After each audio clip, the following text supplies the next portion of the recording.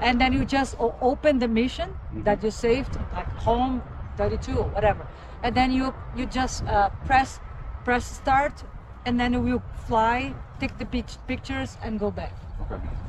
It's very cool. So this mission with 88 images was 5 minutes. Wow. I think we'll see with my mission that the battery is going to run out and it'll come home. Well, I'd like to see that. I like to see that. Yesterday, 'Cause it when we picks were up. doing a mission, in the middle of the mission, the battery was around 25%. It interrupted. It came back. Yeah. We didn't do anything. It came back. We swapped the battery for a new one. Yeah. And then we pressed resume. Wow. And then erased, and then it finished the pictures that were missing, Man. and then came back. So it's very cool. So with the stitching, it doesn't miss a thing. Yeah, When it it- does when it not. stitches. It doesn't supposed to. Yeah. But it's expensive software. Sure. There is another software called Open Drone Map. This is free. Okay.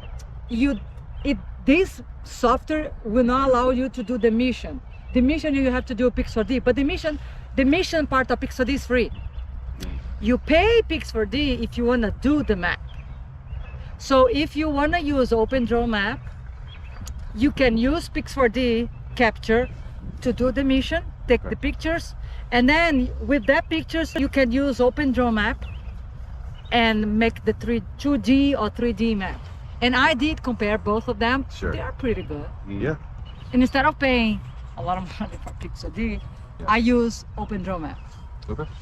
And then I will show you later in class next week. I'm gonna show you the two maps, so you can see the difference. Yeah. Hey Steve, you ready? I am.